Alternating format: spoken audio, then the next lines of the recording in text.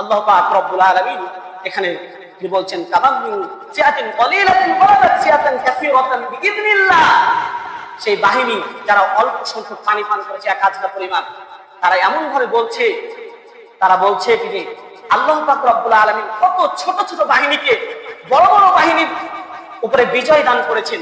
সুতরাং আল্লাহ তাআলার উপর আমাদের ভরসা যে তিনিও আমাদের কি করবেন, বিজয় দান করবেন।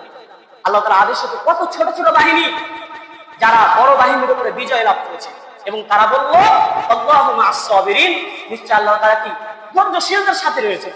তাহলে তারা বলছে কি যে আমরা তো ধৈর্য ধারণ করেছি, তাহলে অবশ্যই আমাদের সাথে আল্লাহ তাআলা আছে। তাদের ঈমানের চেতনা এটা, অবশ্যই আল্লাহ তাআলা আমাদের সাথে রয়েছেন। আর তারা কি ধৈর্য ধারণ করেছিল?